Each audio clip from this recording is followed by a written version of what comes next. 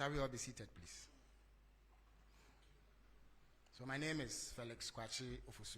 I speak for His Excellency the President, and I double as Minister responsible for government communications. I will be your host for this evening's program. Tonight's presidential media encounter has been designed as part of the broader effort to deepen transparency and accountability in governance and bring governance close to the people. In the last few months, we have staged the Government Accountability Series, through which various sector ministers have briefed the nation on the performance of government in the last 8 months or so. Today, we take it a notch higher by opening up the President himself for scrutiny by the people of Ghana through the power of the media. So let me, at this stage, welcome you warmly on behalf of His Excellency John Dramani Mahama, President of the Republic of Ghana. We are joined by senior officials at the Presidency and Ministers of State. We have in our midst the Chief of Staff, Honorable Julius Debra. We also have the Honorable Minister for Education, Honorable Haruna, the Minister for Roads and Highways, Honorable Kwame Govins-Agboja, and the General Secretary of the National Democratic Congress, Honorable Fifi Fiavi Kwete. We also have other senior presidential staffers and appointees of government. I now have the unusual task of introducing to you a man who requires no introduction, because he is arguably the most recognizable figure in Ghana today. Ladies and gentlemen, I present to you His Excellency John Dramani Mahama, President of the Republic of Ghana. Shall we give him a round of applause, please?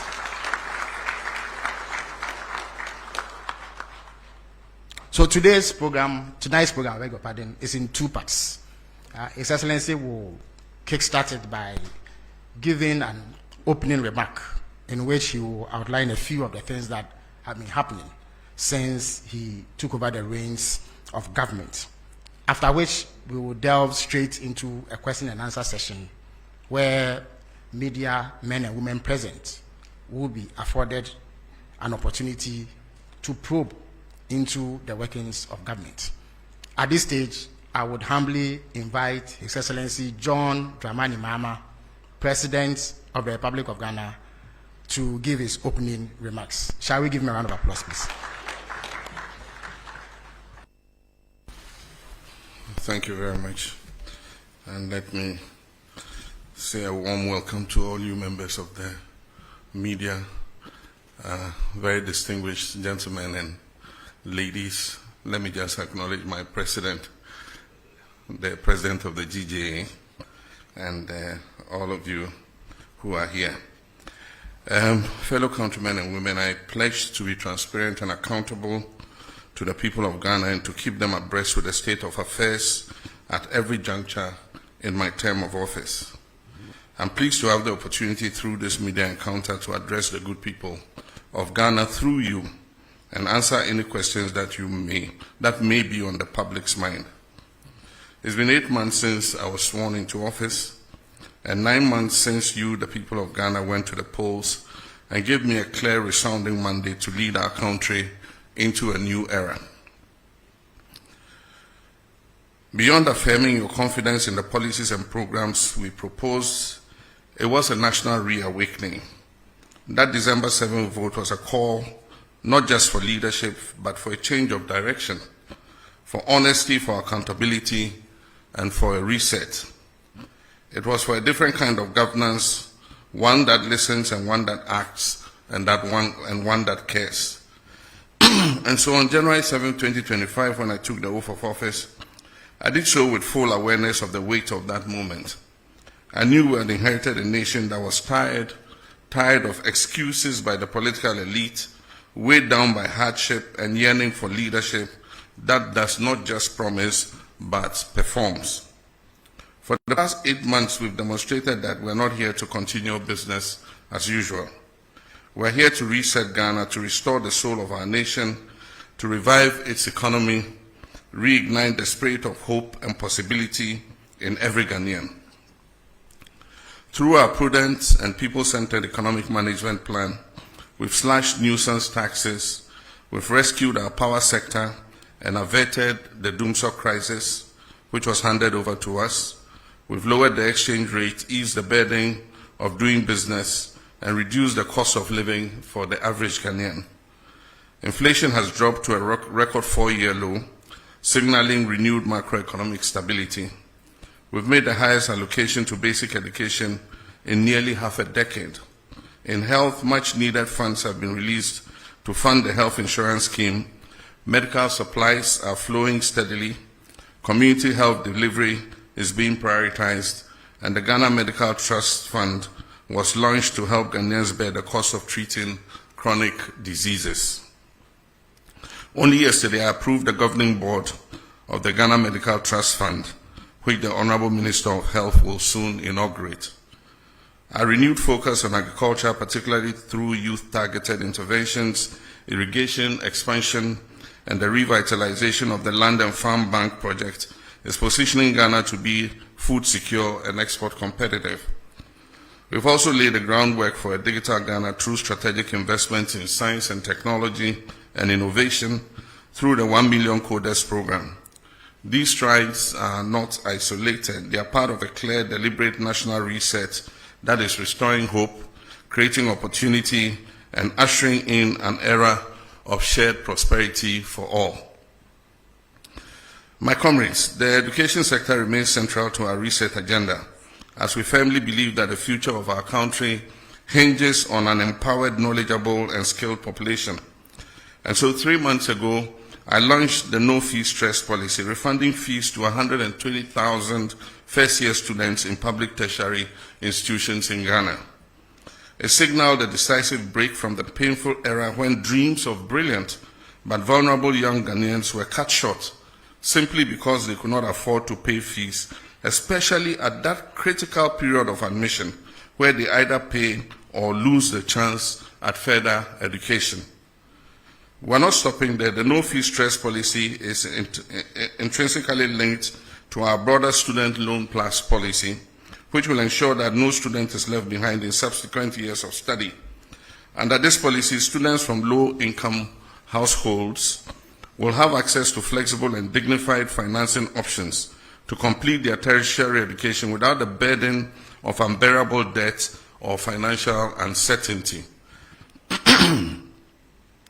The implementation of the free tertiary education policy for persons with disability has commenced, removing a key barrier to higher learning and affirming our belief that education must be a right and not a privilege for every Ghanaian, regardless of their physical ability.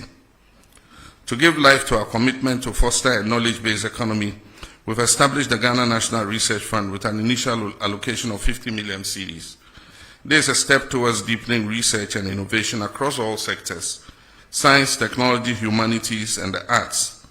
For far too long, much of the research conducted by our brilliant academics has been funded by foreign institutions, with the unfortunate outcome that the intellectual property and findings are often owned abroad.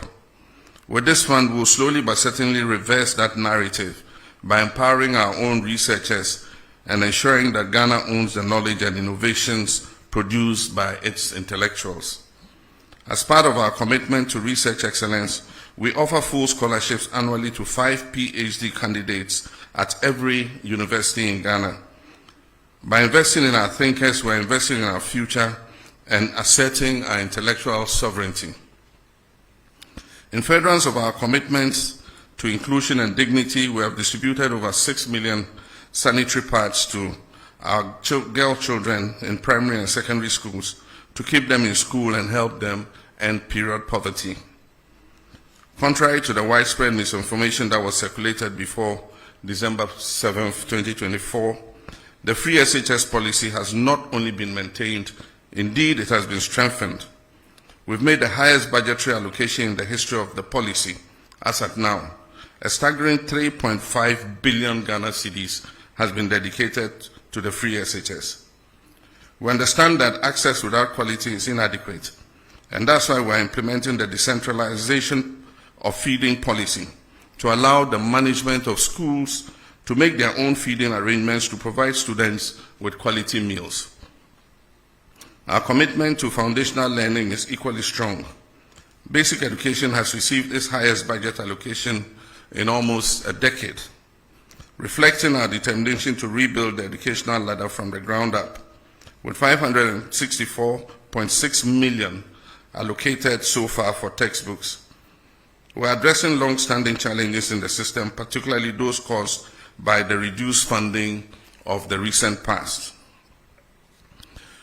Fellow countrymen and women, we've also turned our attention with equal urgency to the health and well-being of our people. In 2025 alone, the national health budget increased by 13.4%, rising from 15.6 billion Ghana cedis to 17.8 billion cedis, one of the most significant increases in recent years. This bold step reflects our recognition of the urgent need to strengthen Ghana's healthcare system in the face of both domestic demands and global health risks. We've uncapped the NHIL and made 66% increase in funding to the National Health Insurance Scheme from 5.9 billion Ghana cedis to 9.8 billion Ghana cedis in 2025. This is not just a budget line, it's a life-saving commitment. These funds will help expand coverage, improve claims processing, and ensure that every Ghanaian, especially the poor and vulnerable, has access to affordable quality health care. The sudden withdrawal of $156 million in US aid health support, which previously sustained critical programs in malaria, HIV and AIDS, and child health, presented a serious fiscal and public health challenge. In response, we have readjusted our domestic expenditure priorities and ensured that the domestic safety nets are provided to cover the gap that occurred. To further bridge access gaps and enhance service delivery, government is investing over 2 billion Ghana cedis in healthcare infrastructure between now and 2028. This includes an initial 200 million cedis allocation in the 2025 budget to accelerate construction, expansion, and modernization of hospitals, clinics, and health centers nationwide. Whether in remote rural communities or high-density urban centers, our aim is the same: a health facility within reach of every Ghanaian. Cabinet is awaiting a report from the Honorable Minister of Health on the status and stage of completion of the Agenda 111 hospitals to determine a way forward for their completion. Our approach to economic management goes beyond improving the macroeconomic indicators. It's about making the Ghanaian household feel the impact in their everyday lives. As the popular saying goes, the real economy is not in statistics, but in the pockets of the people. And that is why I take pride not only in the clear signs of recovery and stability, but in the direct relief Ghanaians are experiencing from our economic policies. Today, we are seeing a stabilization in the price of goods and services, with inflation dropping significantly from 23.8% in December 2024 to 11.5% in July 2025, the lowest inflation rate recorded since December 2021. But this isn't just about numbers, it's about being felt across markets and homes. The prices of key commodities are falling, and for the first time in years, brands and businesses are actively advertising their price reductions, a sign that recovery is not only real but tangible. Official trade associations have presented data to Parliament that shows that up to 4,500 different items on the market have seen varied price reductions. We've stayed current with our bond repayment obligations. In a significant endorsement of Ghana's economic recovery efforts, global credit rating agencies, S&P Global Ratings, have upgraded Ghana's country credit risk from junk to B- with a stable outlook, reflecting renewed investor confidence and the positive momentum in economic management. To maintain this positive momentum of our economic recovery, we're increasing Ghana's productivity through bold job-creating initiatives, and one of the most transformative among them is our 24-hour economy initiative. a policy that is designed to boost micro and small and medium enterprise, modernize agriculture, and expand employment opportunities across key sectors. This initiative is not just about keeping the lights on longer, it is about unlocking new shifts of productivity, widening access to jobs, and building a resilient, inclusive economy that works for all. Only yesterday, Cabinet approved for onward submission to Parliament the 24-hour authority bill. Already we are seeing key institutions take the lead in actualizing the 24-hour economy vision. The Ghana Publishing Company has transitioned to a full 24-hour operation. The Passport Office and Ghana's foreign missions have also rolled out round-the-clock services to expedite passport processing and improve service delivery. At our ports, both Tema and Takoradi are now operating 24 hours to boost trade efficiency and reduce congestion. To guarantee safety within this evolving ecosystem, a dedicated 24-hour economy policing secretariat has been established in the Ministry of Interior to provide continuous security support across the country. These bold steps signal a clear national commitment to building a resilient, inclusive, and job-rich economy. To ensure legal and operational readiness, Cabinet has approved critical amendments to the GIPC Act and the Labour Act, which now include provisions that enable and regulate 24-hour economic activity. These legal reforms will ensure that businesses, investors, and workers alike are supported by a framework that protects rights while encouraging innovation and growth. Complementing this agenda, we have rolled out the Jumara program and the National Apprenticeship program, both of which are expanding pathways to employment, particularly for our young people and artisans. These programs are equipping thousands with the skills, tools, and opportunities they need to succeed in today's job market. Thousands of young Ghanaians are currently undergoing training under the 1 Million Coders program, our bold strategic initiative to build Ghana's digital talent base and prepare our youth for the jobs of the future. This program is equipping participants not just to access digital jobs, but to create sustainable employment opportunities through innovation, entrepreneurship, and global ICT competitiveness. Additionally, in the extractive sector, the Gold Board is formalizing Ghana's gold trade. As of today, gold trading is a reserve for only Ghanaians. This strategic move will help maximize national benefits, enhance transparency, and ensure that the wealth generated from our natural resources is reinvested in our communities and national development. We're also taking decisive action to protect our environment and natural resources from destruction. A dedicated national task force is currently in place, actively combating the menace of illegal mining. As a result of their operations, hundreds of excavators, water pumps, and other heavy equipment have been seized, disrupting the networks that have long exploited our lands and our rivers. In addition to enforcement, we are reclaiming what has been lost. 9 forest reserves have been successfully recovered from the grip of illegal miners, restoring these vital ecosystems under state protection. Our Tree for Life initiative is being actively rolled out across the country, targeting the restoration of lands degraded by illegal mining activities. Steps are currently underway to repeal LI 2462 to formalize our commitment to end mining in forest reserves. Let me be clear, since my administration resumed office, not a single license has been issued to any company to mine in our forest reserves. The repeal of LI 2462 is therefore intended just to crystallize in law what we have already demonstrated in practice, which is our commitment to protect these forest reserves. My friends, I understand that public accountability and the recovery of looted state resources are at the top of your expectations from my government. And let me assure you, my fellow citizens, that we've not wavered in our commitment for even a moment. Neither have we been complacent.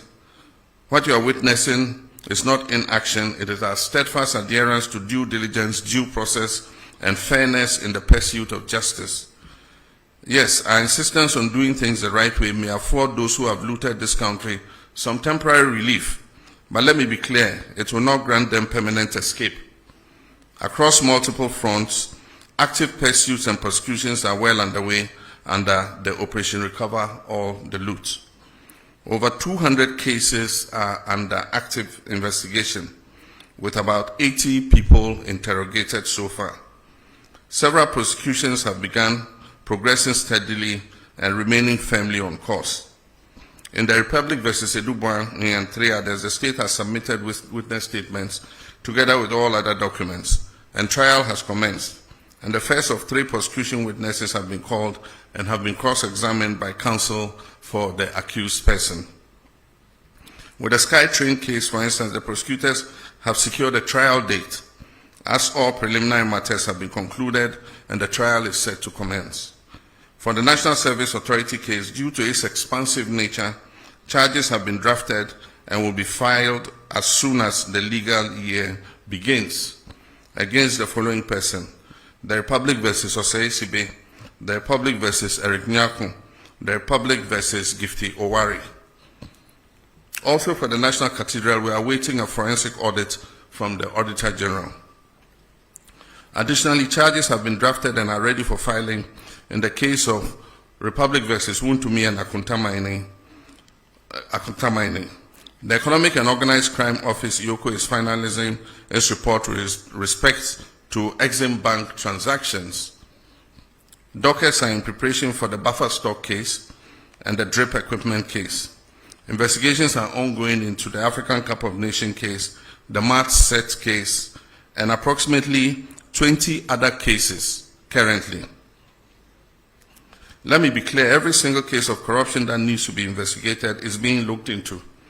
And once evidence is found to ground the prosecution, that will happen and happen swiftly. Looking within, we launched a code of conduct for public officials with an insistence on strict compliance. A high-level working group has been inaugurated to draft a new anti-corruption strategy aimed at strengthening ethical governance and institutional coordination. My fellow citizens, the scourge of Galamsey is receiving much attention. We've established the National Anti-Illegal Mining Operations Secretariat, NIMOS, as the Central Operations Command Center coordinating the national fight against illegal mining and its associated environmental degradation. In a coordinated effort across all security agencies and the Ministry of Lands and Natural Resources, 440 excavators have been seized. Over 1,400 arrests have been made, with suspects awaiting prosecution. Over 300 Shamfang machines have been confiscated and destroyed. Over 900 water pumps seized from illegal mining sites have been handed over to the Ministry of Agriculture for distribution to farmers for irrigation purposes. Of Ghana's 288 forest reserves, 44 had previously suffered varying degrees of destruction from illegal mining. Notably, 9 of those reserves had become no-go zones due to the presence of armed groups. Through the Ministry of Lands and Natural Resources and with support from the security agencies, we've successfully repossessed all 9 of these red-zoned forest reserves. However, over the weekend, the Jimira Forest Reserve and the Anria Futu section of the Ofinch Shelter Belt was re-invaded by illegal miners after these were handed back to the Forestry Commission. The military is currently working with NIMOS to repossess those reserves and establish a permanent presence in those liberated forest reserves to prevent re-incursion by illegal miners. 980 personnel have been recruited, trained and deployed in the Western and Savannah regions. They conduct daily operations on major river bodies, serving as community vanguards to ward off illegal mining activities. An additional 1,020 personnel will be recruited and deployed by the end of the year, bringing the total force to 2,000 Blue Water Guards. The next phase will focus on dechemicalizing and restoring our water bodies to their pristine state. Feasibility studies for this critical restoration efforts are currently underway. In collaboration with the Ministry of Transport, the Ministry of Finance, GRA Customs Division, and the Ports and Harbours Authority, we've instituted a system for the proactive tracking of all imported excavators and earth-moving equipment from the port of entry.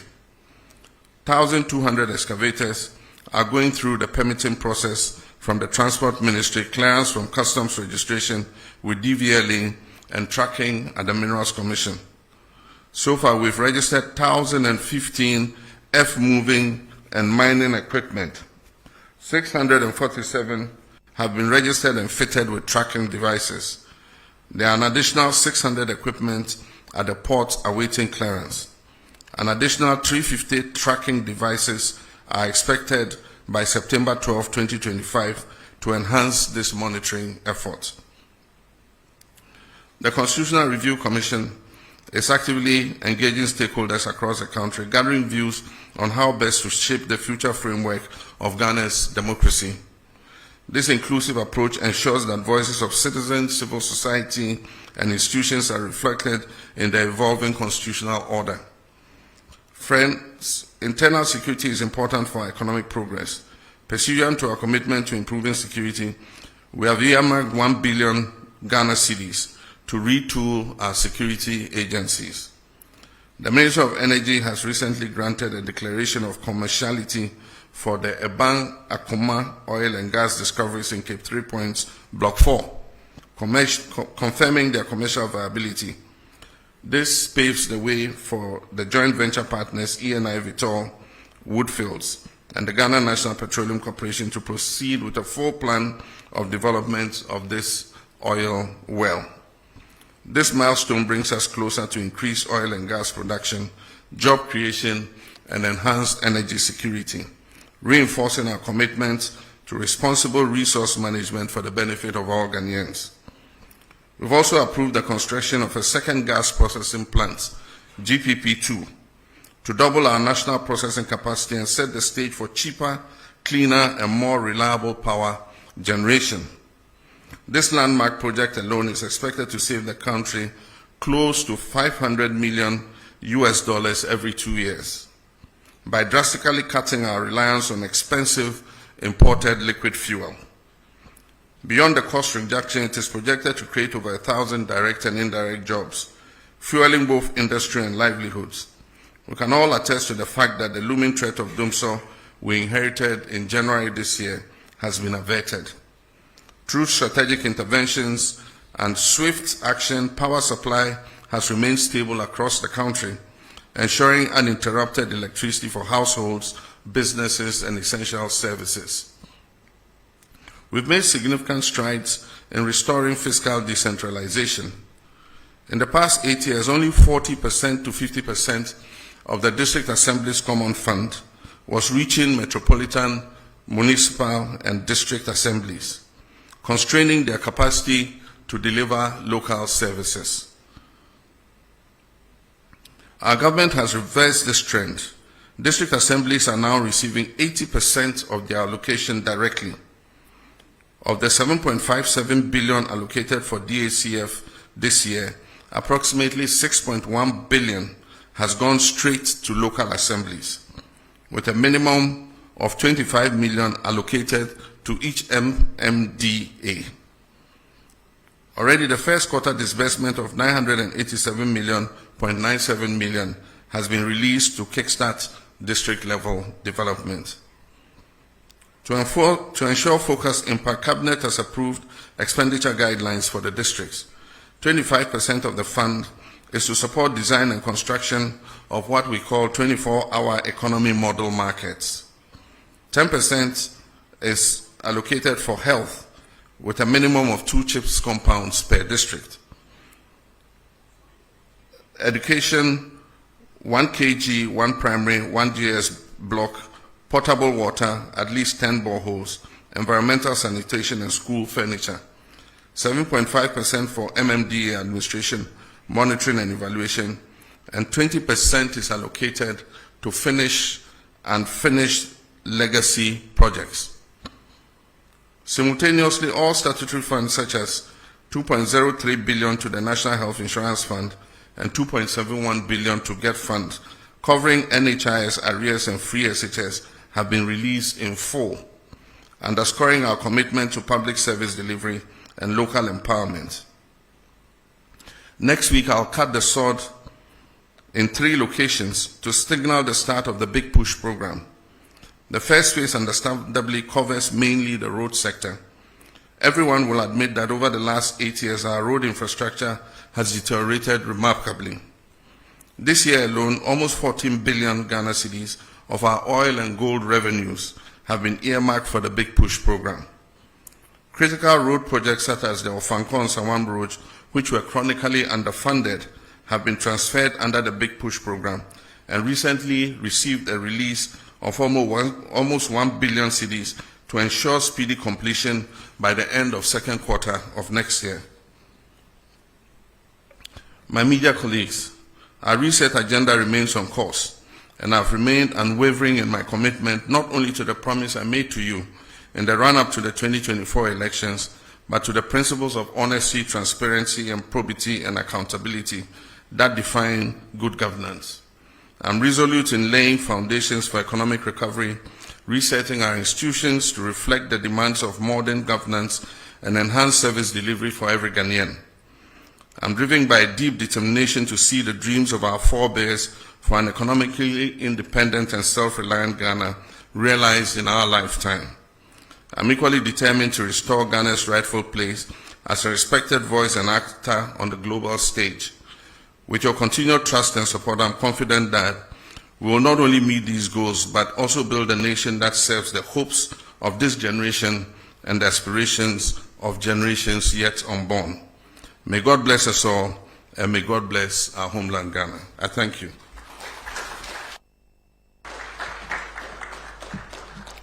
Thank you very much, Your Excellency. At this stage, we will delve straight into the question and answer session, which will be guided by the following rubric. There will be 1 question per questioner, and this is to ensure that we maximize the time. This program is supposed to last for 1.5 hours, and we are due to leave here at 9:30. I would also entreat you to avoid lengthy preambles to questions so that we can afford as many of you the opportunity to ask questions. There will be 5 batches of questioning with 4 questions in each batch. 2 microphones will be placed on either side of the middle row to enable these questions to be asked. So at this stage, I'll call on the ushers and stewards to position the microphones so that the questions could be asked. Okay, so the gentlemen on either side of the middle row are with the microphone. So if you want to ask a question, please put up your hand. You catch my attention, I will. All right, so we have the president of the Ghana Journalists Association who is supposed to embody your collective aspirations. So I would accord him the courtesy of asking the first question. So Mr. Jomfo, you may ask the first question. After which I see Kojo Prekodankwa, and then the Moses of Bloomberg, and then one lady in the middle to bring the number to 4. Mr. Jomfo, you may ask your question, please. Thank you, Honorable. Mr. President, thank you so much for this opportunity, and having been given the opportunity to set the tone for the media encounter.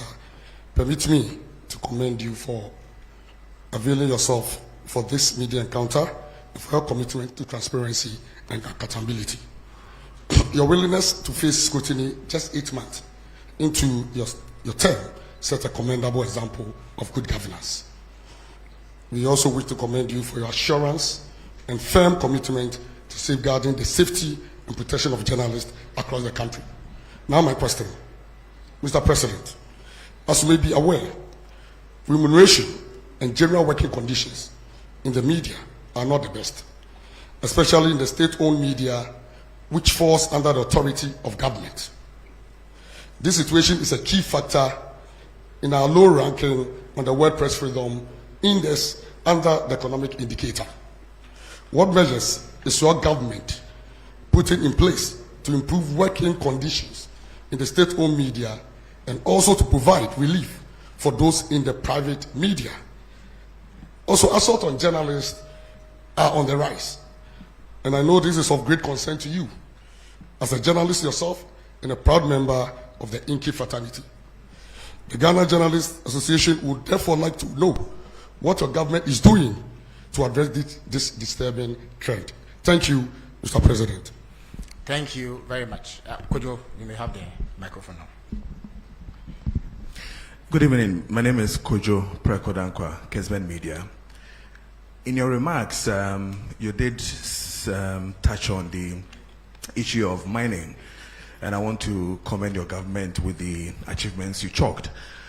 But recently, we heard that Ghana Water Company is proposing almost about 280% increment in tariffs. One of the major reasons they raised has to do with Galamsey and how it is affecting them to get us good or potable water. In this way, I would want to ask, Mr. President, would you then consider the argument that we should have the state of emergency when it comes to illegal mining? Thank you. Thank you very much, Kojo. I believe I called the Moses of Bloomberg. Yes. Your Excellency, thank you very much. My name is Akol Moses, a correspondent of Bloomberg. Your Excellency, Ghana's economic indicators have turned into a positive trajectory, and buoyed by the ratings you also referenced and investor confidence. Do you think that that gives enough scope for you to go back to the international capital market, maybe for your first Eurobond after the defaults? Thank you. Okay, so we'll take the final question in this batch from the lady whose hand is up.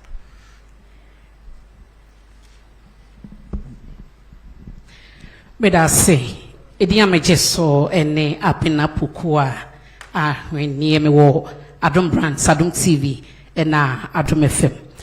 Masembisa Efa and Kania Boy, and the say ECG, a proposed 225%. Yenim said me more and tomorrow by a base 2.45. In July, it was through by 14.75. Ningin now see him say a bino one is so the 24 economy. Or the Bayejima na Ghana for the Dwenya Mufaso. It is say ECG the 225% increment eba.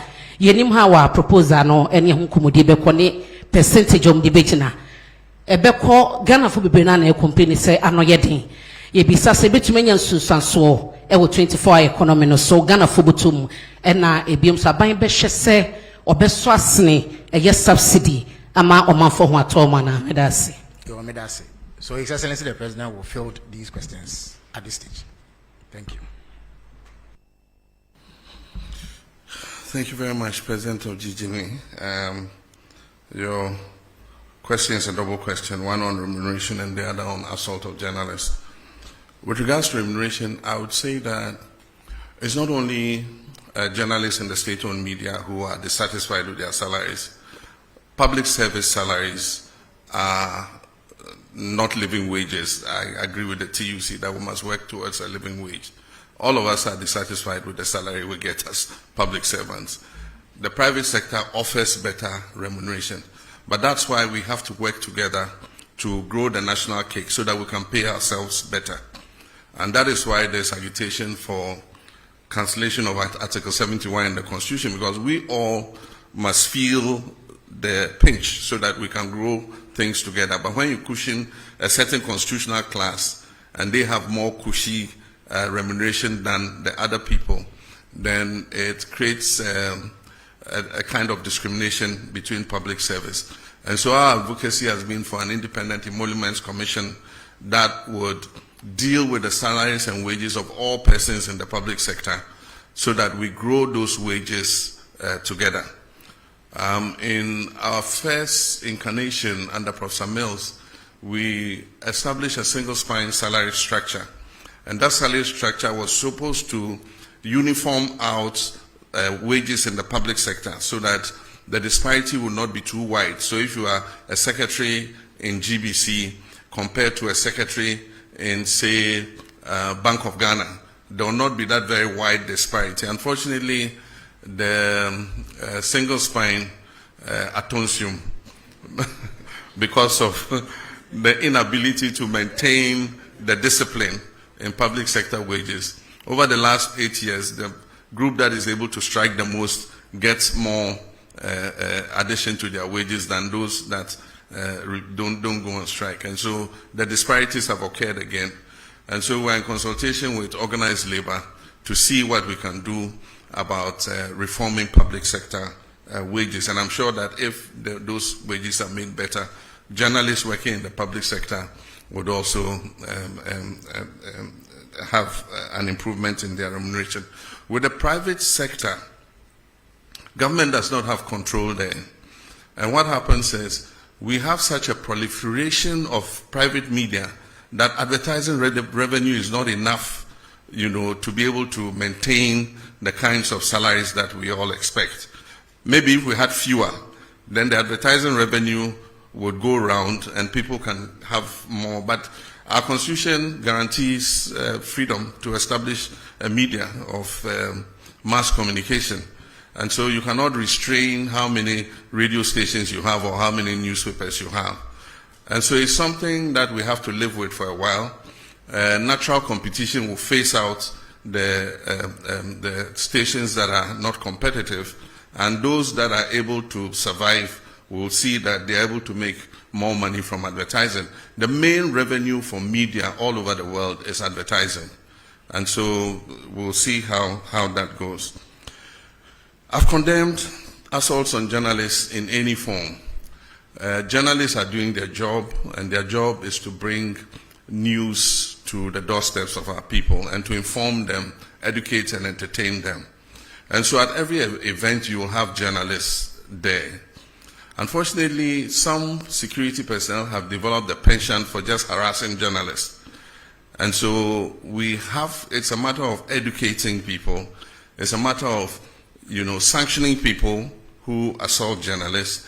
And I've been speaking with my president of GJA, saying that we're going to bring them together with the security agencies so that they must carry out an awareness amongst their people who provide security at events, that if you see a journalist at an event, he is also doing a job like you, the security person, are doing your job.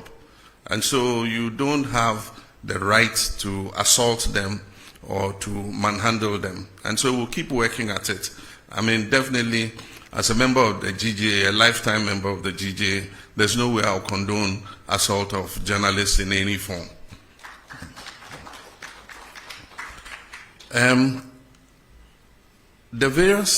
We do occasional review of tariffs. And when these tariffs are about to be reviewed, proposals are requested from the utility organizations.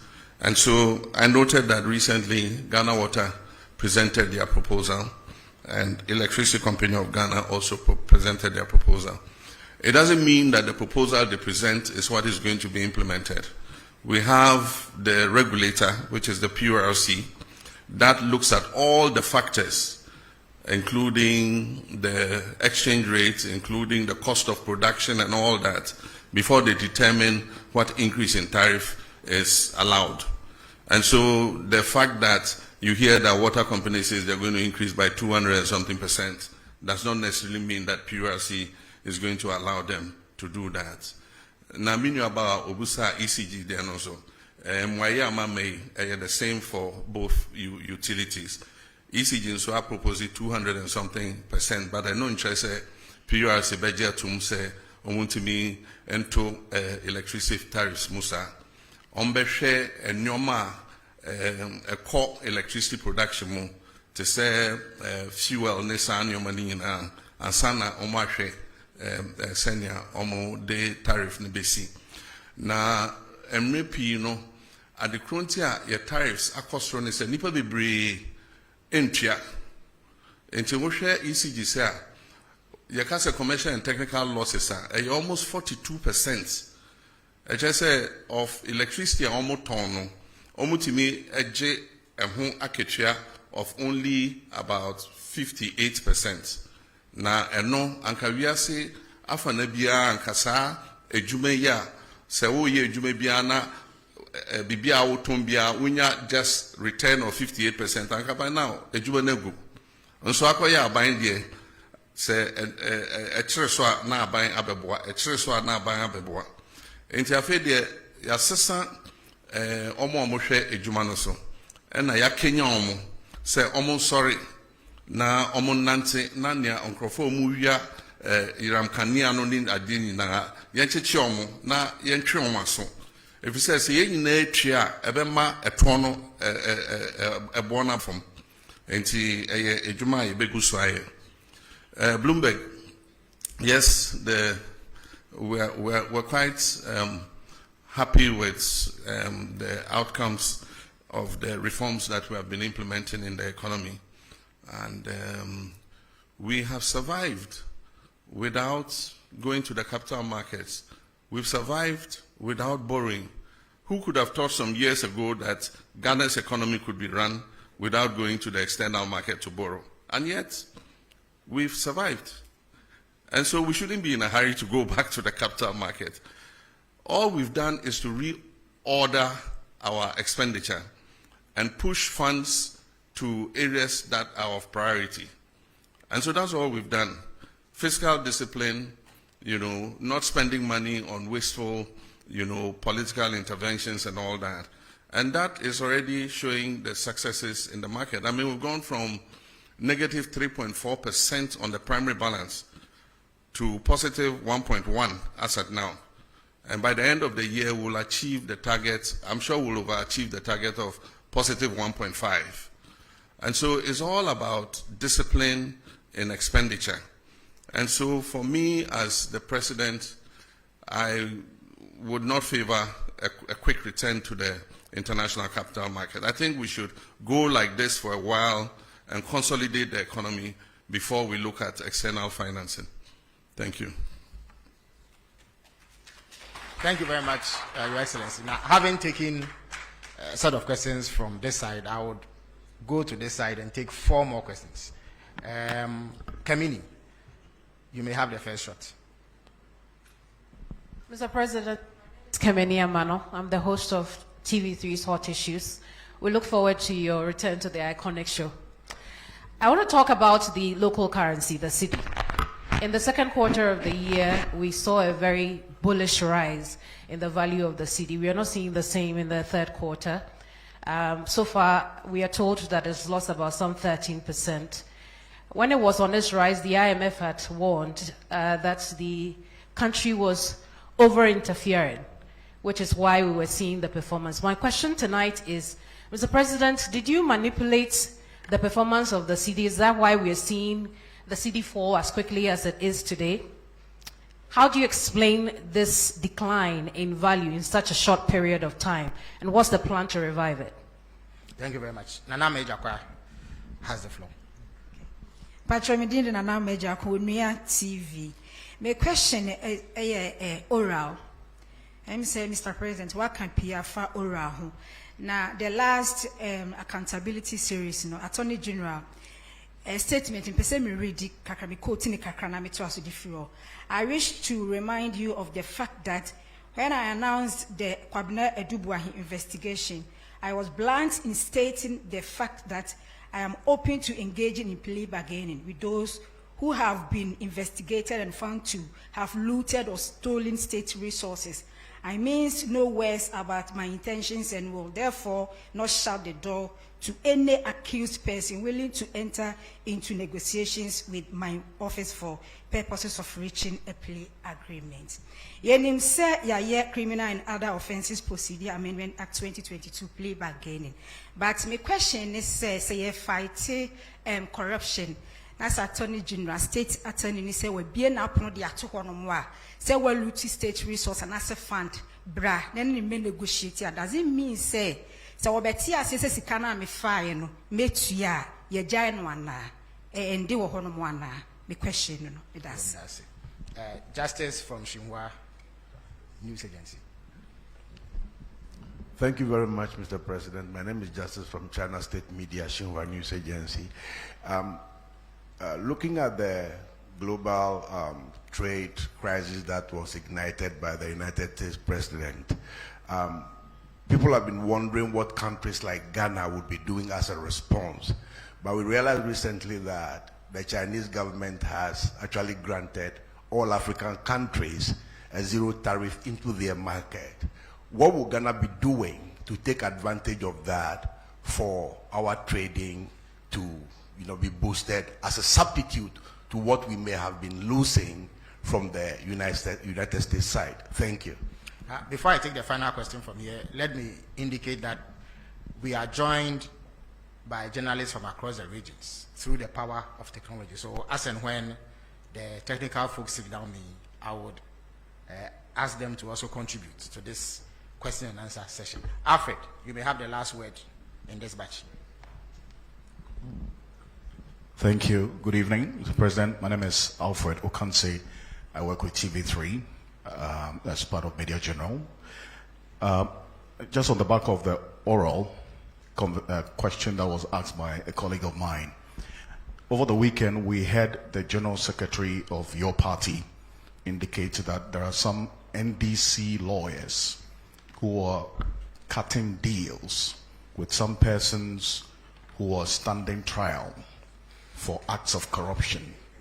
Is this statement one that you're minded by? And if you are, what are you going to do about this, especially because of how committed you are, as you indicated, to pursue oral because the Ghanaian people expect that you should do so? Thank you. Thank you very much, Alfred. Now, we are joined by William Menta from Rich FM. So, William, if you can hear me, you have the floor. Okay, so my name is William Menta from Asimfosu-based Rich FM Central Region. And Mr. President, Central Region is known as the heartbeat of education and tourism. Yet our people still struggle with unemployment and underdeveloped infrastructure. What specific steps is your government and our strengths into real jobs and opportunities for the youth? Thank you. Thank you very much. Your Excellency, you may answer this question, sir.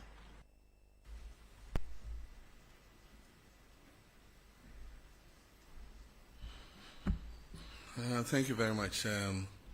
The first question is about the rise in the value of the city. We recognize a very steep appreciation in the value of the city in response to the reforms that we were carrying out. And for those of you who listened to me, there was one occasion where I said, people were asking whether it will go below 10. And I said, it is dropping, but it will find its true value. It was undervalued at 16, and it probably is overvalued at 10. But somewhere between there, we have the real value of the city. And so I believe that it is about stopping rapid depreciation of the currency. Almost every currency would realize either depreciation or appreciation in the course of a year. But when you have steep depreciation of about, like we had in 2024, 25% depreciation in the currency in the first half of the year, it makes planning difficult. And so, yes, Bank of Ghana has been intervening in the forex market, but they've withdrawn. And what happened was that because of the rapid appreciation in the value of the cedi, we saw an exponential increase in imports, because then people could buy cheaper dollars and so they could import more, which is a natural economic phenomenon. But on the other side, exporters are not happy because they get less cedis for what they export. And so every country tries to find out a balance where exporters are able to do good business and importers are not overburdened by high forex rates. Where that lies, I don't know. I'm not a central bank. But the cedi is making an adjustment, and I believe that it will settle at a certain rate, and we will make sure that any depreciation that occurs in the value of the cedi is within a margin of about 5% per annum. That is what we target. And so for now, there's still speculation. It's also coincided with a period where we saw a reduction of 50% in remittances, because citizens in the diaspora were taken aback by the rapid appreciation of the cedi. And so if somebody was building a house, if he was going to send $100,000, it meant that he was losing a certain percentage of that 100,000. And most of them would decide to adopt a wait-and-see attitude and say, oh, no, as for CD, it's not possible that the CD can regain its value to that extent. By all means, it will go up again. So I'll hold back my remittance until the CD goes back up. So we saw a 50% reduction. But there were also some other factors. There were some money transfer companies that were collecting CDs abroad and not repatriating, collecting dollars abroad and not repatriating the dollars. There were other, which were investigating, there were other cases where people applied through the commercial banks for foreign exchange to cover imports. And those monies are transferred to pay for imports, but the imports never came into Ghana. And we've studied a period of 4 years, and over the period of 4 years, about $42 billion was taken out of this country without the corresponding imports coming into the country. And so we started sanctioning some banks, and soon we'll start interrogating some individuals who ostensibly took money out against imports but never brought those imports. We want to know what happened and if there was wrongdoing to sanction whoever it is. While we work to stabilize our economy and improve the value of our currency, we must protect that currency, because a strong CD is good for all of us. But when that happens, some people try to take advantage of it. And I think that we should all condemn anything like that. FR investigations now with regards to oral.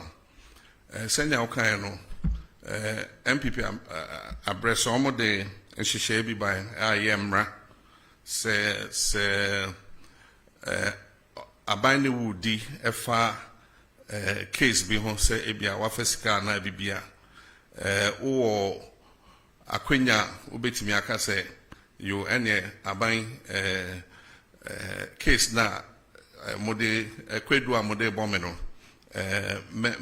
me sande sika na se agudie bia na se bibia mode bom kwedu no me sande aba se ne be ya bomfa me nkoto how do they call imprisonment efiase bomfa me nkoto efiase enti ayemra edaho enti obi a yabo no kwedu bia ewo tumi se obeka se you ene yentwa so na memfa seimra na yenjai sa eyino enti eno enye aban ena ebeka eye nipa yede na kugina court and so se oka se o munjai asem no mu na memfa seimra na se agudie bia me fa ye me famra na se japade bia me fa ye me famra na se bibi aban wa kwenya se ebeka se de bi enje na yebeto aso any case no enti ejina case no ene ni anipa ne ye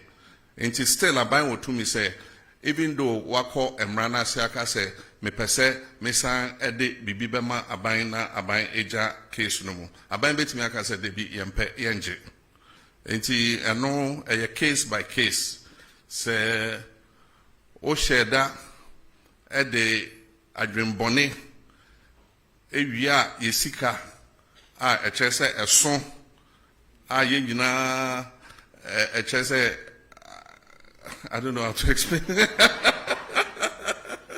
I just say abo aban anase oman ne car ye wotumi se ebeka se yempe nya wode ba no na ye de obekwa akoto efiase ba ni be reason ka se na wode ne koto efiase wa na obeto aduane ama no wa na obehwe no oyare a wode ne beko hospital enti se wewia sika na okase o sande sika be mawa ene ho wonfa so se ye beji ye sika chen se ye di nipa no beko efiase enti ye no de Attorney General ene behwe no akan nia ehia.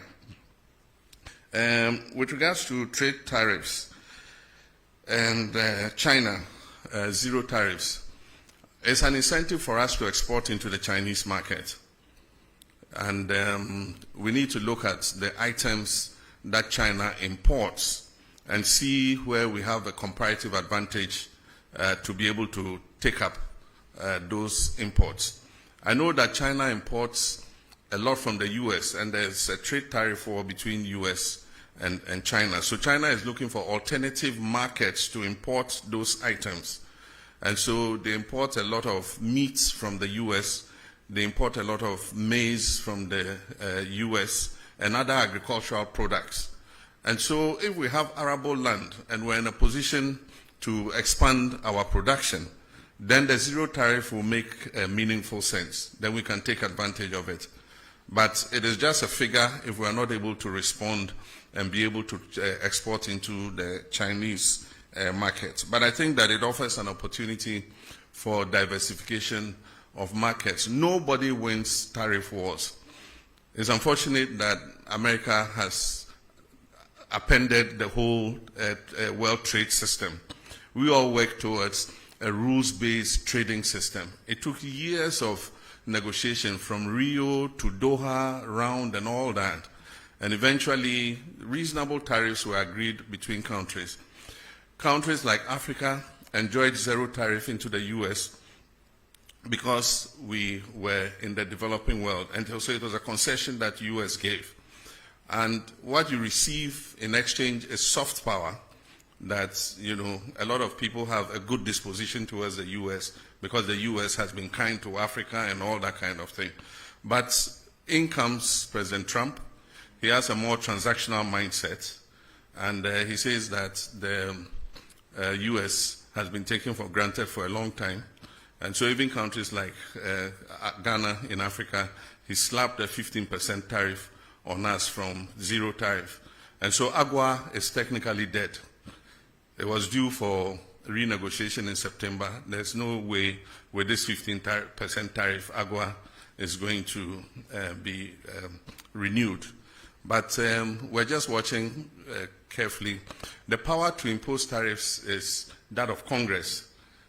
But in this case, the US president always pushes the limits. And so there's a case in the US Supreme Court to determine whether his imposition of tariffs are legal or not. And so depending on what the US court says, the tariffs would either be permanent or they might have to go back to Congress to endorse the tariffs that he has imposed. And then from the Central Region, Rich FM, he asked what we're doing to enhance the tourist attraction of the Central Region. It's all about infrastructure. It's also about service. With infrastructure, even the travel time to Central Region is a major problem. In Ghana, we've maintained single lane, highways for a very long time. They are prone to accidents. A lot of accidents occur. Now every day you hear there's an accident on the Kumasi Road, there's an accident on the Cape Coast Road. And that is because when two vehicles oncoming and going are using a single lane, the tendency for, head-on collisions are very real because of wrongful overtaking and all that. So one of our first things that would enhance tourism in the Central Region is that we're dualizing the road all the way to Takoradi. It will reduce travel time to Cape Coast. It will allow somebody to wake up in the morning, travel to Cape Coast, enjoy his tourist experience, and be back in the evening to Accra to sleep. And so reducing the travel time will help enhance that. But apart from that, we must identify what the tourist sites are, improve their attractiveness, and also improve the service delivery. One of the things that affects tourism in Ghana and West Africa is that our service is poor. You go to a restaurant and they think that they are doing you a favor. You go to eat and they think that you owe them, to serve you. If you go to other parts of the world, it's completely different. You are compelled to spend your money because they are all over you. Even before you finish the drink that they have given you, you are halfway. Can I bring you another drink? And if you are the shy type and things, you always say, oh, yes, yes. And you forget that you have to pay for it. And so we must improve our service delivery. Owners of services must take professionals who know how to be courteous to customers, to know that we are in this job because you've come here to eat or you've come here to do this. And so that's one of the drawbacks of our whole tourism experience. And most times you spend so much money, set up an establishment, instead of going for professionals, you go and haul your relatives from the village to come and serve people. They pay and they can't even get their change. You can't find the waiter who took your money. And when you even find them, he says, oh, we have no change. I mean, they have a certain sense of entitlement. And so until we reform all these, and it's an attitudinal problem, until we reform all these, and people who own these establishments make sure that service delivery is at near 100%, we would not be able to attract enough tourists into our country. We have a beautiful country. People come and, I mean, they just say, look, this country is good. But if you hear a lot of the feedback and you say, oh, but what is negative about it? Oh, your service is not the best. Always, I mean, that's the feedback that comes. But the government will do its part. Government has the responsibility for making sure the infrastructure is good. And we're starting with the road, making sure that we dualize the road all the way to Cape Coast and Central Region so that people can travel easier to go and enjoy the tourist attractions there.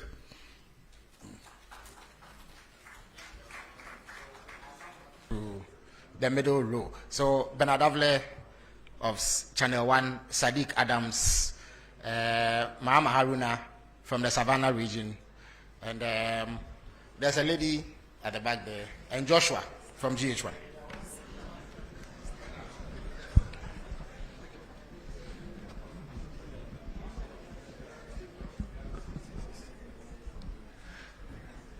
Thank you, Felix.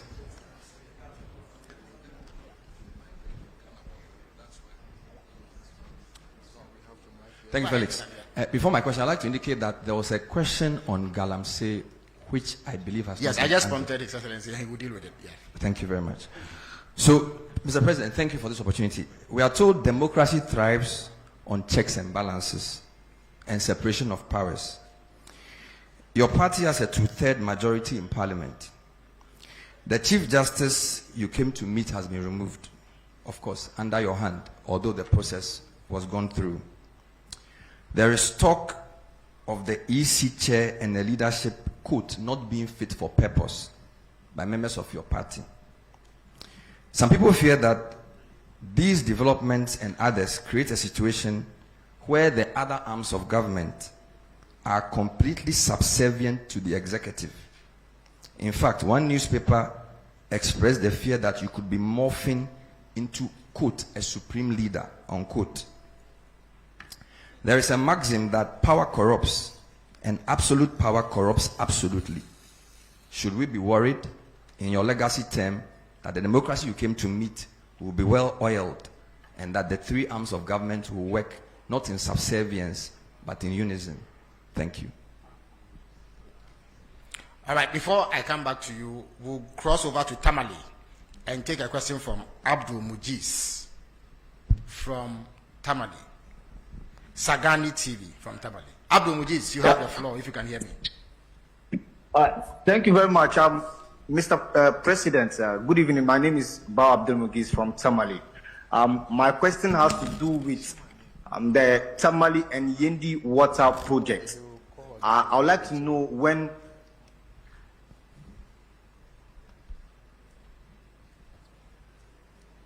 Well, we seem to have lost Abdul, but I think I can continue from. He would like to know when the Tamale and Yendi water projects will be executed. Yeah, Sadiq, you have the floor now.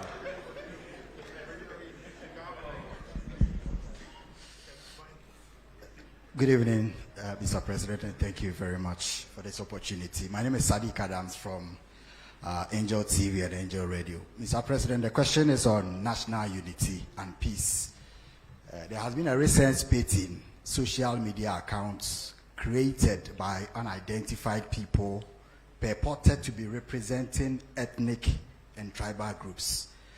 We have seen some vile attacks, pockets of that on social media, TikTok, and some of them in real life.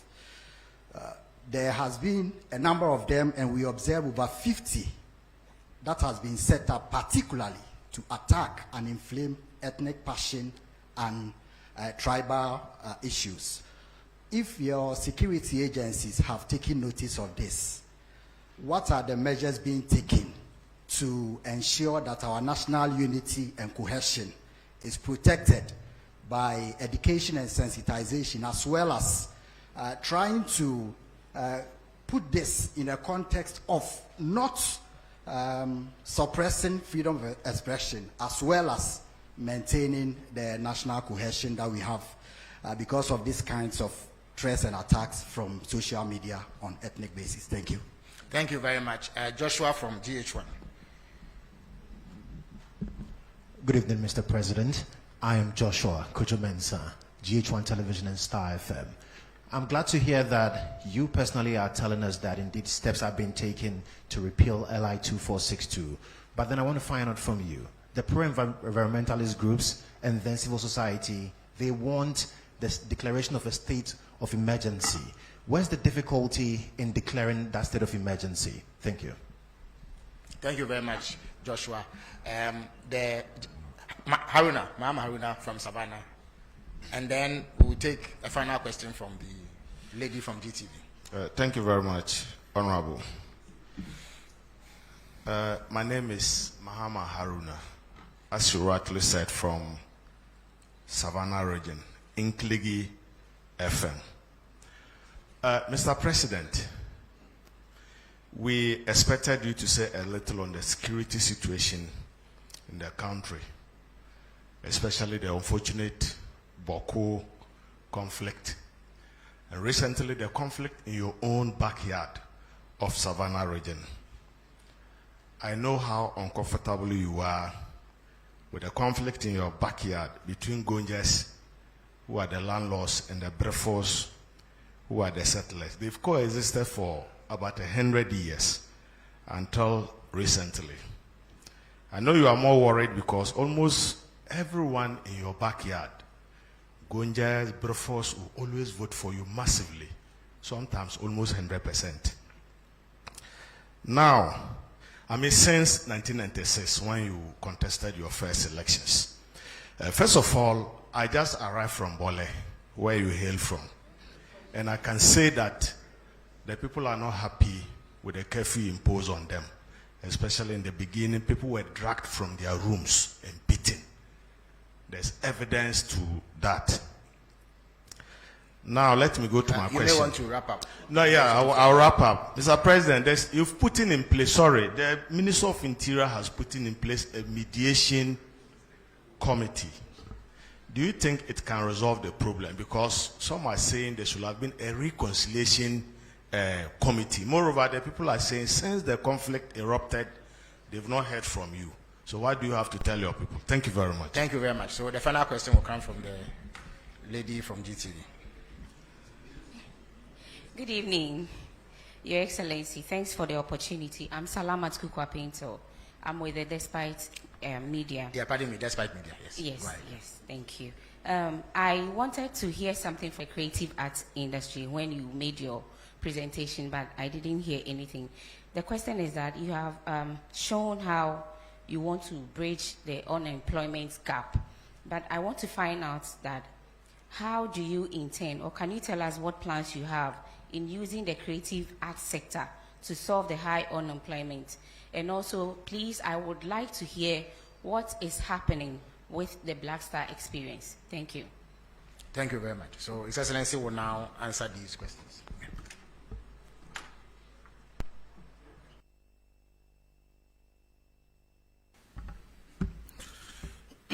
Thank you very much.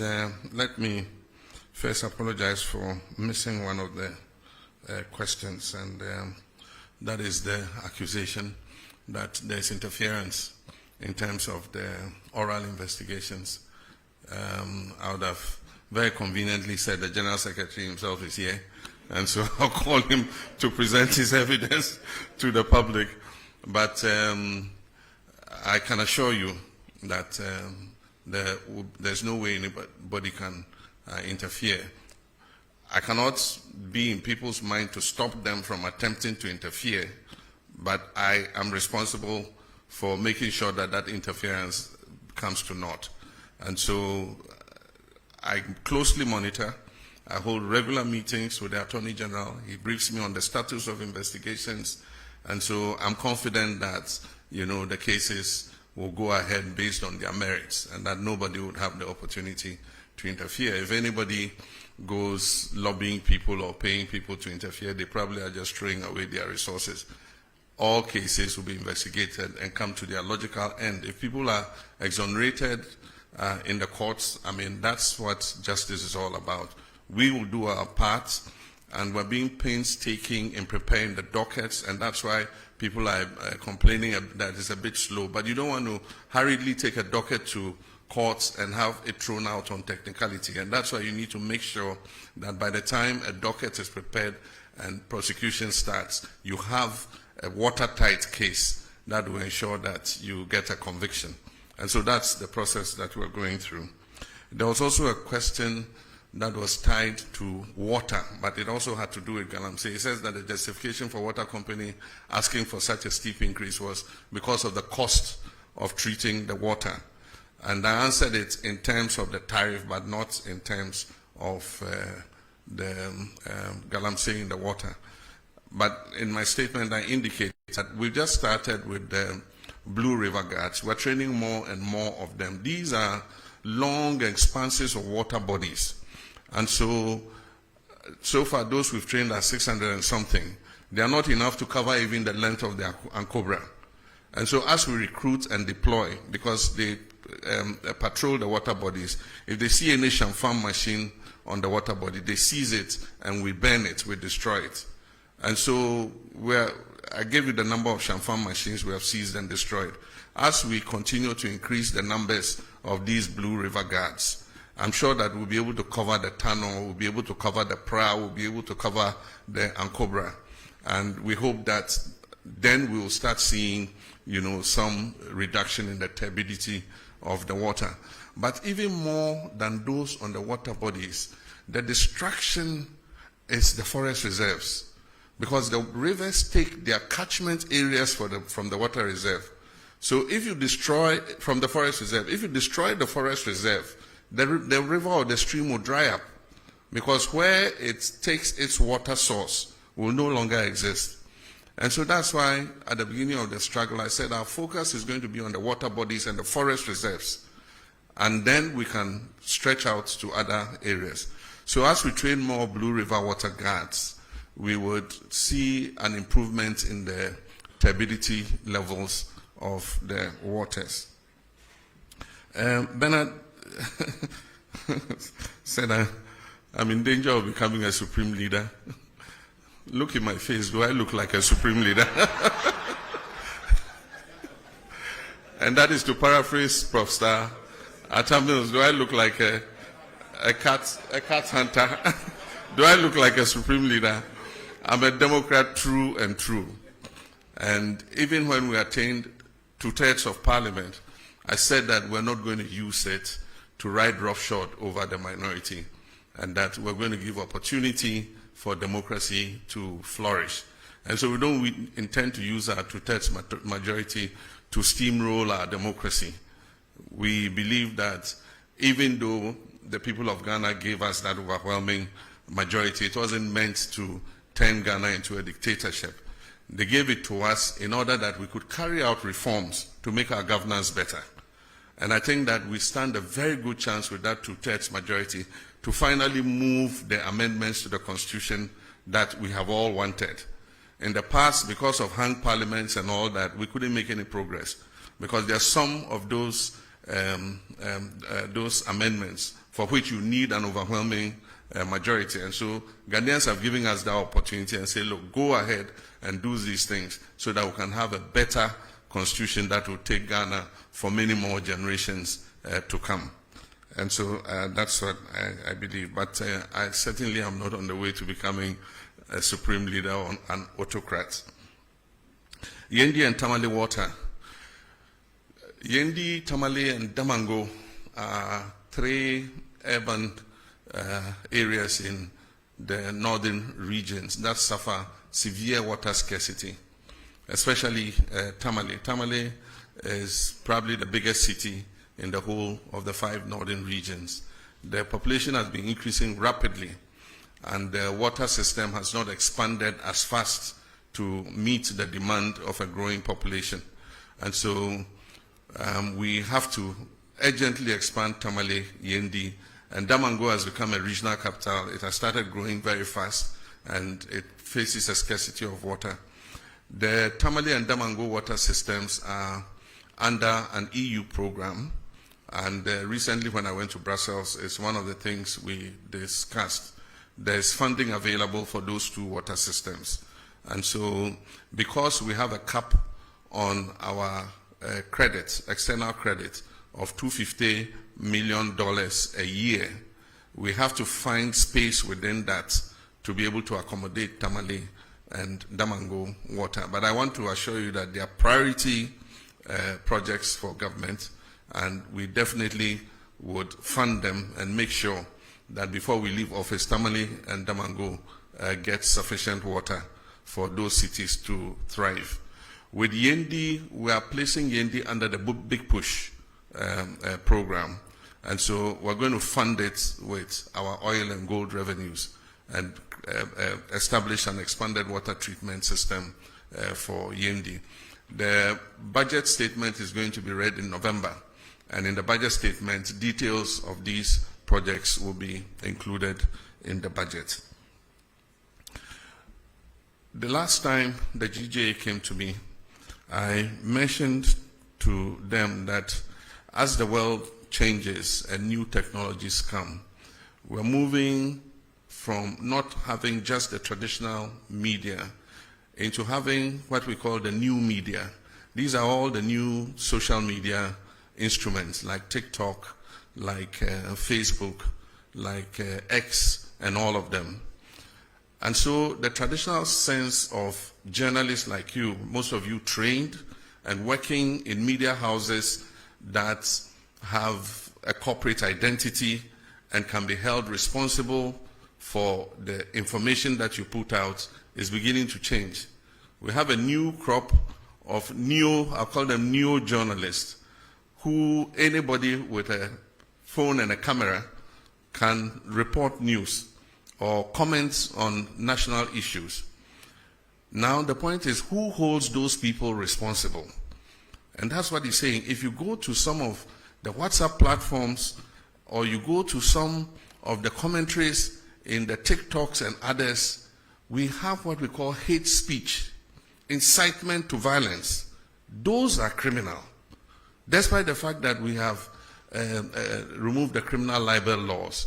There are some laws that make such people accountable, because if we don't regulate that sector, it can lead this nation to war. There are some of the incendiary statements that have been made in the Boko situation that are fueling some of what is happening there, making people hate each other and see each other as enemies. It's been the same in the Gonja Brefo thing. Some people fanning and inciting violence against each other. This falls in the ambit of the National Signals Bureau. And so the National Signals Bureau now has the technology to use your IP number and find you wherever you are. So I'm sending a signal to Ghanaians that we can find you those doing those hate speech and things. We'll use your IP number, we'll trace you.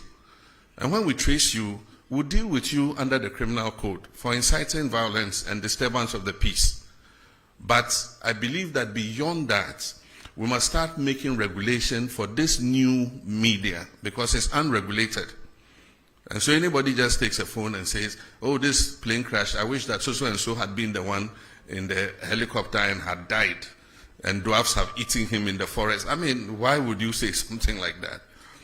And so we need regulation for that new emerging media. But in the meantime, the National Signals Bureau has been given the full authority to track down people who do that kind of thing and bring them to be sanctioned under the criminal code.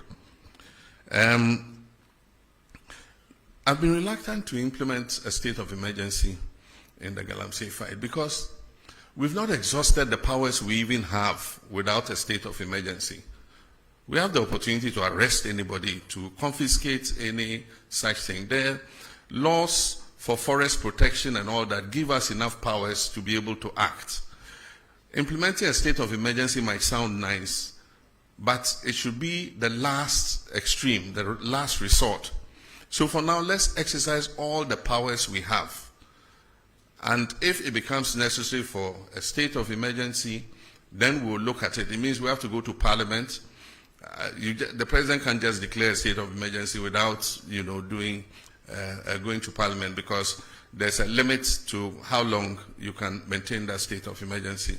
And so I believe that we still have leverage to continue to fight Galamsey without necessarily implementing a state of emergency. We have to, it means that we have to delineate the areas where the state of emergency is operational. And if you look at the area where Galamsey is taking place, it covers several districts of our country.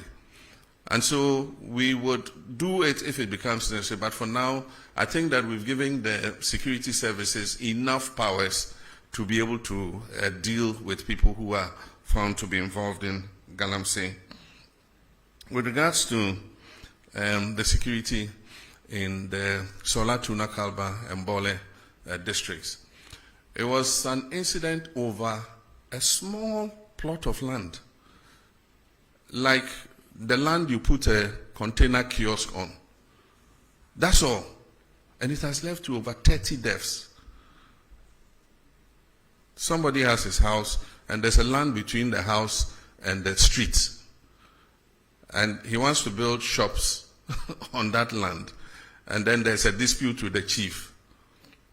And then it leads to gunfire and then deaths. It's most unfortunate, like the questioner said, these are two groups that have lived in peace for so many years and are intermarried. There are people from one side who are married to their others, people from one side that are married to others. I, for instance, am such a mixture of people, I don't know who I am. Part of me is Vagla, part is Safalba, part is Gonja. I mean, quarter of everything. And so if my ethnic groups are fighting, it means my body should be fighting with different parts of my body, because I'm a mixture. My blood is made up of all those ethnic groups. And so it's most unfortunate. And so we've put in a mediation team. We mentioned the members. The two MPs are supposed to be ex-official members to work with the mediation team. If you look at the terms of reference in the mediation team, there's also reconciliation. And so even though we call it a mediation team, its terms of reference includes reconciliation. So we've given them the full authority to meet both sides, to perform purification rites, to cleanse the land of any blood that has been spilled and all that, and then to come out with recommendations how to improve relations between the two groups so that they live in peace. There are few feudal practices that have been complained about, where people are called to chiefs' palaces and shipped, or they are forced to give up their animals and things. We need to look at all those practices too as we go forward. We're in a modern society, and so sometimes some of these things we must take another look at them. I've been accepted by all sides. Indeed, sometimes my greatest supporters were people of other ethnic extractions other than my own Gonja extraction. I won elections not because I was a Gonja, but because of the person that I was, and I enjoyed a good relations with everybody. And so even though I haven't visited yet, I have not gone there yet because I want peace to have a chance, but I've been pulling the strings. I sent a delegation to the Yegbonra to prevent him from leaving Damango and going to Biniri, which would have escalated the conflict. And he listened to me as a father, and he refused to go. I stopped the Bolera too from going there. We gave the chiefs an escort to go and see the place where the incident happened. And I think that that has lessened tensions. As I speak, we've given the security services the authority and the resources to begin to bring some of the displaced people back to their communities. And so we're going to work hard to make sure that we bring peace to Gonjaland. We need peace to develop. Our common enemy is poverty, it's not each other. Savannah is one of the poorest regions in the country, and so we must rather be fighting poverty rather than fighting each other. The last one, the creative arts. The creative arts is one of the important sectors. What we notice is that the creative industry creates jobs faster than the traditional sectors that we have known.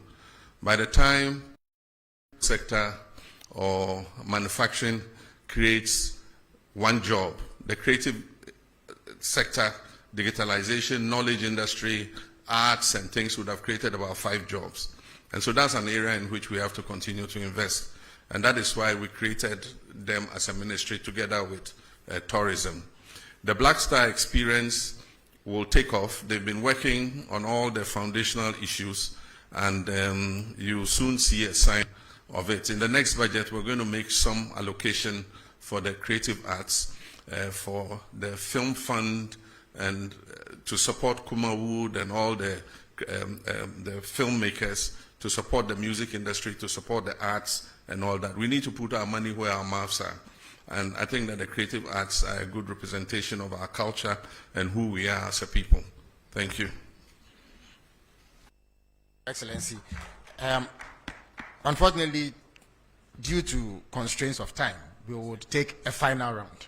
So I will start with the gentleman from TV5 Le Monde, and then let me be inward looking and call GTV, who I superintend.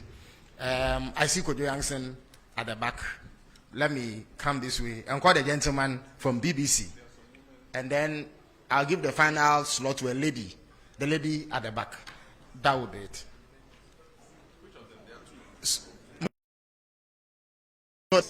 Oh, they are both in black, incidentally. Well, one has more white than the other, so I'll call her. All right, so Le Monde, you have the floor. Good evening, and thank you for having me tonight. My name is Victor Cariou. I'm the Ghana correspondent for Radio France International, TV5, and Le Monde Afrique.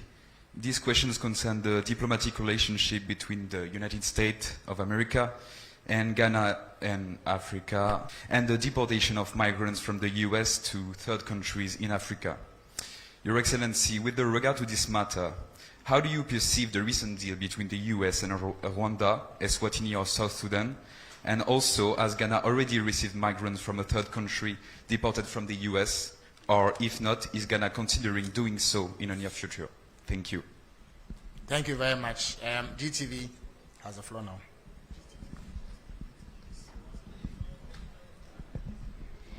Thank you. Good evening, Your Excellency. You announced that the government will remove the minimum capital requirement for foreign investors under a revised Ghana Investment Promotion Sector Act during your visit to Japan. Your Excellency, is the government not removing the protection that shields Ghanaian enterprises by removing the minimum capital requirement? And also the concerns about the Ghanaian traders with the activities of the Nigerian trade partners in the country. There's a request for that part of the GIPC Act to be amended to make it possible for Nigerian and indeed other African traders to move more freely within the space because of ASCFTA. What are your views? Thank you. Thank you very much. Kojo Yankson has the floor now. Thank you. Good evening, Mr. President. My name is Kojo Yankson. I'm the host of the Super Morning Show on Joy. Mr. President, you've already talked about how important it is to safeguard the water bodies and the forest reserves. But over the past 9 months since you became president, the turbidity levels in the water bodies have worsened, according to the Water Resources Commission. Ghana Water Company supports this by saying that they've had to shut down several treatment plants because the water sources are too polluted for them to process. Besides that, we know that there have been increased incursions into forest reserves for Galamsey. We've also heard from your transport minister that we are importing more excavators than ever before, over 200 a day. My question about this is about its effect on the economy. Recently, the finance minister has been touting the work of the Gold Board led by Sami Jemfi for being an anchor to the economy, especially when it comes to stabilizing the city. My question is, does your government know, is your government able to tell the difference between gold from Galamsey and gold from regular concessions when the Gold Board is buying gold from local producers? And could it be, because so much of it comes from Galamsey, could that be the reason why we are seeing some reluctance recently in the fight against Galamsey, in the sense that the IGP's efforts have been stopped and he's brought back his men from the forests? Could this be because? Thank you very much.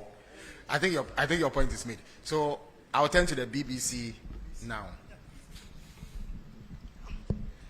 I'm Thomas Nadi from the BBC World Service. Mr. President, during our interview last year ahead of the elections, you mentioned you were going to establish special courts to fast-track the trial of corruption cases. Could you update us on how far you've gone with that? And also, some of the oral cases border on national security, particularly the Edu Boahene one. Do you intend to take them out of court? Thank you. Thank you very much. The lady in a lot of white and black. Good evening, Mr. President. My name is Bernice Abubeidulansa. I'm a broadcast journalist with GH1 Television. In your speech, you mentioned that you are committed to resetting institutions.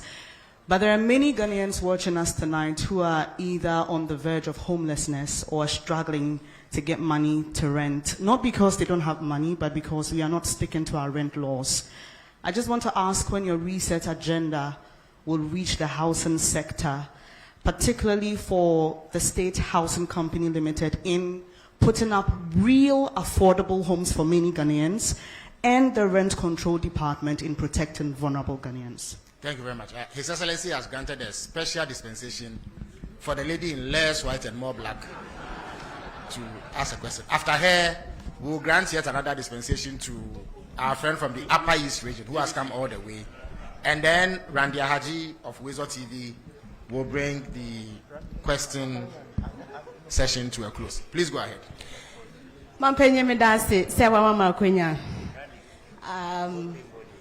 The question is today if you asema nti wa mfami de anke be ha me pa. Me pa cho. Me din Ede Monica is Anoba home based television. Me pa cho wa bole bamboy tuna kalba ya kwan no enye ese ya che ye bre yetimi di 16 hours don shi dunsia na ye ndru fie ye bisa se mampenye de na wo ye de amayen ye mu bia ye ntimi mfasore reform an e be fei ye ne den so bin so ene bamboy enko a yetimi di don shirim yenu e wo ho na ye mfiri mu enam so makwemu kan for me share am robbers omunso afasa akwenya no so haye pa na musuo bo na okokase okofa state transport which is STC then edue because omono they drive with care and caution to on kan ho kra enti na wonya ndri obede nyane ada sori sa na onansi na tai wadaroma odi anka kwan ho nsem de nka oya ade pa na ye de na ye de wayi ye free musa da ben ene ye hwe wenim se obofia boy. So our friend from the Upper East region would have Upper West region. Is it Upper East? Upper East region, yes. But you have only one question, please. Thank you very much. Only one of you is allowed to ask a question. So, thank since you are very both much from the for. same region, yeah. Please go ahead. Yeah. Go ahead. Thank you very much for the opportunity. My name is David Adapuna from Mike FM in Avrongo, Upper East Region. Your Excellency, one of the things that beats the hearts of my people has to do with the Polego Multipurpose Dam. This was an initiative that was started by the NPP government, but unfortunately, we could not see its completion. This project held so much prospects, including that of irrigation, power generation, and flood control. Just recently, the Barry Dam was opened and we saw the devastation it caused. We're asking, now that the project is not happening, what plans will your government, your Excellency, have for my people so that our concerns are addressed? Thank you. Thank you very much. Okay, so please go ahead. Okay. Grant him the. Thank you very much, Your Excellency. I'm called Joshua Sir with A1 Radio and Bolga FM in the Upper East Region. Mr. President, in our region, that is the Upper East Region, currently we do not have a standard sports stadium. And as a result, sports and youth development are greatly hampered. The only existing structure, which was built in the 70s to serve as a sports stadium, is no longer fit for purpose. What are the plans of the government to ensure the Upper East Region has a modern sports stadium? Recently, we saw a young man who walked from Bolga to the nation's capital to solicit for a sports stadium. I don't know if the president is aware of this. Thank you very much. Thank you very much. So, Randy has the last word. Thank you, Mr. President. Please, Mr. President, I want to find out the latest updates on the Ghana's version of Ashigame proposed to be established at Aplawa. And also, per my last checks from the whole airport, there were plans to establish an aviation school. How far with that one too? Thank you. All right. Thank you very much. His Excellency will answer these questions.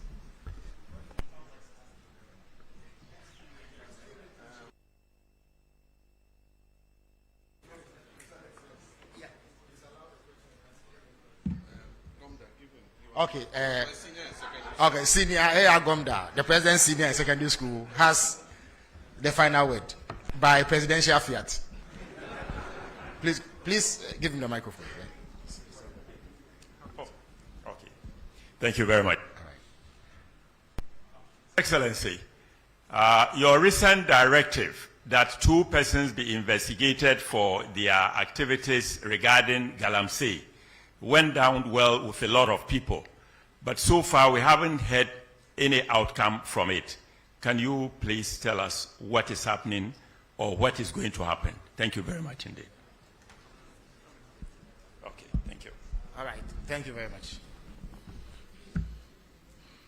Thank you very much. Senior, we used to call him Major in Ghana Secondary School. When I came to Form 1, they were in Form 3, Yeah, and he was, as a very little boy, and he was one of my protectors. He used to protect me from bullying, and that's why I gave him the last.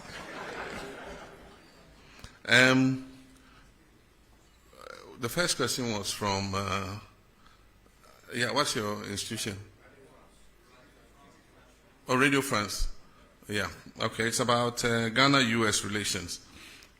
First, we were slapped with 10% tariff that was increased to 15%, and then we're included in 36 countries that were going to be placed on a visa ban. But in the meantime, all 5-year visas were cancelled, and we were restricted to single entry 3 months. It shows the tightening situation in our foreign relations, but I do think that we still enjoy good relations with the United States of America. We were approached by the U.S. to accept third-party nationals who were being removed from the U.S. And we agreed with them that West African nationals were acceptable, because all our fellow West Africans don't need a visa to come to our country. So if they decided to travel from US to Accra, they don't need a visa anyway. So if you're bringing our colleague West Africans back, I mean, that's okay. And so I think that agreement has been activated, and a first batch of 14 nationals came. Several of them were our Nigerian brothers. They opted to go back home, and so we facilitated, we put them on buses, to be able to go back home. One of them was a Gambian who it's not as easy. You have to get him an air ticket to be able to facilitate his travel. So what we've done is contacted their embassy to let them know of his presence so that they can facilitate his return to Gambia. And so that's the issue with regards to deportations and arrivals. West Africa has the protocol of free movement. And so any West African is free to come to Ghana and be able to stay for 90 days. And so if they decide to bring them, I mean, we don't have a problem accepting them. Then with regards to the GIPC Act, well, we are living in a new environment. We have the ECOWAS Trade Liberalization Scheme. We have the African Continental Free Trade Area that wants us to open our markets to each other. And so the former protective regime is changing. And so we need to review the GIPC Act to be able to take cognizance of that. And aside from that, there's limited foreign direct investment in the whole world. And so you need to place yourself in a position where you're able to attract as much foreign investment as possible. So when you put a barrier of $1 million, there are people who, with $500,000, can open a manufacturing establishment. But because you say he must show $1 million of transferred capital into the country, then you shut out that investor. And that's why, as part of the GIPC review, we're removing the minimum requirement so that anybody who wants to come and set up a business in Ghana to provide employment for our people is welcome to come. But that is different from the issue of the markets. And so there's advocacy that we should review that issue with markets. The current law restricts retail sector to only Ghanaians. And there are people who argue that it's anti-competition and so many other things. But of course, in most countries, you want to reserve a certain portion of the economy for your people. And so Parliament is going to look at it, and eventually whatever law they pass is what we have to live with. I never expected, or I never deluded myself that the fight against illegal gold mining or Galamsey was going to be an event. I mean, definitely, there's no magic wand. The decay has eaten so much over the last 8 years that it's going to take a lot of work to be able to overcome it. And I didn't expect that in 18 months we would declare victory in the fight. As the livelihoods of about 4 million Ghanaians is on small-scale mining. And so it's going to be a process. It's not going to be an event. But we will not give up. We have a determination to get on top of it. The Gold Board was introduced as part of reforms. And if the Gold Board was not introduced, I mean, those who were taking the profits from the small-scale mining sector were the foreign traders who were taking that money away. In 6 months, we have exported over $6 billion. About $4 billion of that money was going to go into the private or foreign traders. And so the first thing is you shut the stable door so that the horse doesn't escape, which is what we've done. So if it's from illegal sources, it's from legal sources. At least it's our land that is being destroyed. So let us get the benefit of it instead of foreign traders. So that's the first thing. But if you go and read the Gold Board law, it has a requirement for tracking and tracing. And as I speak, the Gold Board is working with an organization to put on a track and trace system. And so they're going to see those who have legitimate license requirements so that they can assist them in responsible mining, so that we can buy that gold off them. Once we do tracking and tracing, it's in our interest, because then we can export under LBMA, and we'll get more profit from exporting under LBMA. So the Gold Board is not just about buying gold, it's also about financing responsible small-scale mining. And mind you, small-scale mining is not illegal in this country. It's provided for in our laws. It's just that in many cases, we've not even trained the miners about what responsible mining is. You just see anybody who gets an excavator just goes anywhere and starts digging and washing. But small-scale mining takes place in Australia. It takes place in Canada. And so as I speak, we are organizing a trip for the Small Scale Miners Association to Australia.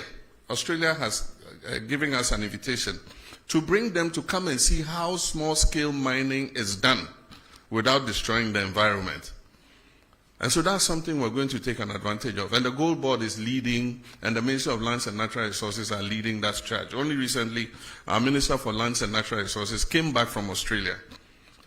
And so we need to train these small-scale miners. The gold is a blessing that God gave us. It's a natural resource that God gave us to make life better for our people. It's just that the way and manner in which we are going about it is causing destruction to the environment. But it is the result of an increase in the gold price. And if you've read widely, you find that the same thing is happening in Peru. It's happening in several other countries because of the heightened gold price. And so for whatever little gold you are able to find, you get more money. Galamsey was not a problem when gold was $2,000 per ounce. But today, gold is pushing $3,600 per ounce. And because of the lack of jobs, jobless growth for several decades, there are a lot of young people who are coming out of school who have no job work to do. And so for them, that is the only livelihood. And so we must not think just about chasing them all over the place without providing alternatives for them. Because the alternative is that they should stay home and starve or go out and do something deviant. And that's why we came up with the cooperative mining concept, for which we recently lost our colleagues. They were going to launch it, the first of its kind in Anglo, because one of the things we said was that we're going to let the big mining companies seed off some of their concessions.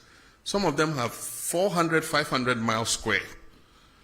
And there's gold in some parts of those concessions that they will never mine because the grams per ton of ore is so low. But yet, if you put a small-scale miner there, he can mine it effectively. And so we've discussed with them and they've all agreed. And so Anglo Ashanti was the first. They've cut a part of the concession. And that is what Omani and Murtala and Co. were going to launch, cooperative mining, so that we'll move the small-scale miners from the forest reserves where they are causing destruction and settle them on the concessions where the big mining companies have seeded. As I speak, Newmont has demarcated an area for these small-scale miners. And we have asked the big companies to mentor them and supervise them and make sure they do the right thing. So that was going to be an alternative for moving them out of the forest and other places so that they can mine under the supervision of those companies. And that's where our colleagues were going when the helicopter crashed. And so it's a program that we're going to continue so that we can give them an alternative, not just go chase them around without finding something else for them to do. And so that's something we're working on. With regards to excavators, we're enforcing the law that you must get the permits before the excavator is put on a ship. That is what the law has been, but it was not followed. And so they let the excavator land before they come and ask the Ministry of Transport for a permit. And so we've informed all the dealers that you cannot load an excavator onto a ship until you have gotten a permit. In the meantime, a lot of excavators have arrived at the port. And recently, somebody said they were being released at midnight to their owners and things. That's not true. What happens was there were so many that they had occupied a huge area of the port and congested the port. And so we found the land near Shai Hills, near the military installation. And the Field Engineers Regiment and others have been given charge to move the excavators from the port to that area so that they can free up space in the port. And they do that in the night because of traffic in the daytime. So in the night, they have the payloaders moving the excavators out of the port to the designated areas where they are supposed to be held. And before any of those excavators is released, they must be tracked, they must have a tracker on them, they must be registered by the owner of the excavator, and we must know the purpose for which the excavator has been imported. Because the construction industry also imports excavators, and so you cannot put a blanket ban on importation of excavators just because you think that every excavator is going to go into the illegal mining industry. Even the big mining companies that have licenses import excavators. And so we want to know who is importing the excavators, who it is going to. We want to be able to put a tracker on it and be able to trace that excavator wherever it is in the country. We called off the IGP's anti-Galamsey task force because they are supposed to coordinate with NIMOS, that is the National Anti-Illegal Mining Operations Secretariat. Unfortunately, they were not doing that. So every little commander in any this thing gets up, Galamsey phobia, they can't tell who is licensed, they can't tell who is not licensed, and so it was just like an attack on the whole small-scale mining industry. And so what we said was they should freeze their action, they should synchronize it with the National Anti-Galamsey Operational Secretariat so that they can be directed exactly to where to go in terms of the anti-Galamsey fight. While we're fighting Galamsey, it doesn't mean that it's a free-for-all for everybody to get up. Anybody gets up, puts on a helmet, puts on a jacket, and says, I'm anti-Galamsey. They say, we're not looking for chaos. We're looking to do it, in a scientific manner so that we do not hurt the whole of the small-scale mining industry. We talked about special courts for anti-corruption. I actually said we'll speak with the Chief Justice and see if they can create special courts for prosecuting people who are flagged in the Auditor General's report. And so that is something the Attorney General is pursuing, because every year we see Auditor General's report, it goes before the Public Accounts Commission, they say this person diverted this person misappropriated this and that, and yet no action is taken. And so Ghanaians have been saying, so what's the use of the Auditor General's report? And so we're asking the Chief Justice, can you create special courts which can fast-track action on the Auditor General's report? So people who are determined to be criminally liable after the Public Accounts Committee has sat can be put before those courts so that they are sanctioned to create a deterrent so that other people do not do the same thing that they have done. Very good question on rent and homelessness, and I'm happy to give you the microphone to ask it. The biggest expenditure in any Ghanaian's budget is rent. And even though we have laws, enforcing them has been difficult. The rent law says that a landlord cannot charge more than 6 months. But the problem in enforcing the law is the connivance of the tenant and the landlord. The tenant won't come and report that they are charging him 1 year's rent advance because he wants the room. And so that has been the problem. And the problem is because our population is growing beyond our housing capacity. So the competition for accommodation and housing is very strong. And that is why we must expand our housing coverage. And I remember in our manifesto, we have a pledge to expand housing. And in the next budget, we're going to make provision for that. I've already had a discussion with some of the associations, the organized labor associations. Some of them have funds that are sitting in their accounts. And they have members who want houses. So what I've said is government will match their funds. And so if they give 1 billion cedis, we will give 1 billion cedis. And then one of the banks, Republic Bank, has said that they are willing to also match with 1 billion cedi. So if we get a 3 billion cedi fund, we can start building houses in all the districts. And as people pay their down payments, it will go back into the fund and it will become a revolving fund. And governments can give it to people. I said if you have like about 15 to 20 years before retirement, you can take a house and we'll be deducting from your salary monthly so that by the time your retirement time is up, you have your own accommodation to go to. And as we take those deductions, they will go back into the fund. So it becomes like a revolving fund so that we can increase the housing stock. But the Minister of Finance will talk about that when he reads the budget in November. Minyaba, se ufi yekrom honomo. Techiman wenchi Bamboy Bole Wa Road, a major international corridor. Na nearby, adia ba say a quine say and say a bedroom rebia trucks ni bebre omoko Mali any Burkina Faso a ye Bobo Dulaso a hono a hoako ye quine a one faso ma omo and your mom fa Techiman fa Kentampo kwani bium eko pagansa na omo akomani because omo fa wenchi kwana omo ko pie bole no mo pie wa no mo ko pie hamile wodru hamile a Bobo Dulaso ewo enchen ho a o pai efa wonsa benkum so a ede wo ko Bamako enti ama enhyen akese ne bebre enam sa kwan no so ekwan no so ya nye ne se ebetimi afa sa wait, how do you call wait?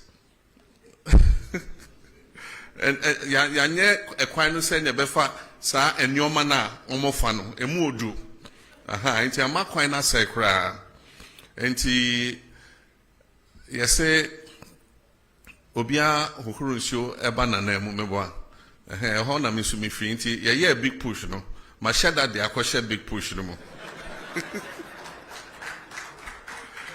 enti nyame adom enche kra obehu se contractor egu so den na afia ka chom ze omo ye kwan na omo nye no senia trucks e fa so no emma ne nsa biom because afia ehu se eho e no omo pefa enti ye kwan no ne nye ne yie se na be ya omo fa so mpo a ekwan no beche amaye na omo ye no so se bole ye mikrom enti me se contractor na ye no Bole Town Roads on kai na onsisi ho emame enti eyade a enche bia obehu se baso Pwalugu multipurpose dam, we are rescoping the project, and so currently the contract was awarded to Sino Hydro, but it was supposed to be funded from Government of Ghana sources. Government of Ghana didn't have the money, and so the contract was not executed. And so we are rescoping it. It means we have to do an appraisal of what the costing will be again. And what we intend is to, if possible, finance it under the big push. The last time it was to cost about $900 and something million, almost $1 billion. And $1 billion today is about 11 point something, almost 12. So that would be about 12 billion CDs. This year, the total budget for Big Push was 14 billion. Next year, the total budget is 30 billion. And so we'll see how we can accommodate it in phases, because it has two phases, phase 1 and phase 2. Maybe we might not be able to do the two phases immediately, but we can start with phase 1, which is the electricity production, and then phase 2 is the flood control and irrigation. And so we're rescoping it, and you'll soon hear something about it. With regards to stadia, we promise to build stadia in all the new regions and the regions that don't have modern stadia. So as I speak, the Ministry of Sports and Recreation is doing the design and the costing for the new stadia. And Upper East is one of the regions that has been captured to receive a new sports stadium. That also is under the big push. What we're doing is Takwa Goldfields built a stadium, a standard stadium for their football activities. And I was surprised to learn it cost about $13 million. When government of Ghana has built stadia, it costs hundreds of millions of dollars. But for those of you who have gone to Takwa and see their stadium, it's a standard stadium. And I think it takes about 5,000 or more, or is it 10,000 people? And so if they could build it for 13 million, government too should be able to do same. So we've asked them to find out the architects, the designers, and everybody who did that stadium so that we can replicate it in our other regions that don't have a stadium. And then finally, Ashigami, we've got the money. China is giving us money for the Aflao market. The land has been acquired and designs are being worked on, and soon a contractor will be appointed to build the markets. And so that promise is on track. Aviation school at Ho Airport, Togbi Afede is leading the charge. The current status is that the land has been allocated, and currently surveyors are on the land marking out the demarcation for the aviation school. We're also trying to attract an MRO. MRO is Maintenance Repair Organization. And so we want to use Ho Airport as the center for maintaining aircrafts. There are a lot of aircrafts in Nigeria and other places that if we have a good MRO in Ho, we'll just fly the short distance and come and service their aircrafts there. And so we're working on that. The last question was about the referral of two of our executives to IOCO to investigate allegations of involvement in illegal mining. That investigation is active. Some allegations were made, and IOCO is investigating whether there was any substance to the allegation. As and when they conclude that investigation, they'll give us a report, and we'll determine what should be done. So that's it. I think I've answered all the questions so far. I thank you very much for your attendance, and this is the first in several such encounters. I'll make myself available as regularly as possible to answer any questions that you might pose on behalf of the general public. Thank you very much. Thank you very much, Your Excellency. I was actually billed to give a vote of thanks, but it would appear that you have done it at presidential level. So I'll proceed to thank all of you and indicate that we'll draw the curtains down on this program at this juncture. But before we do that, we'll all stand for the national anthem, after which His Excellency will depart.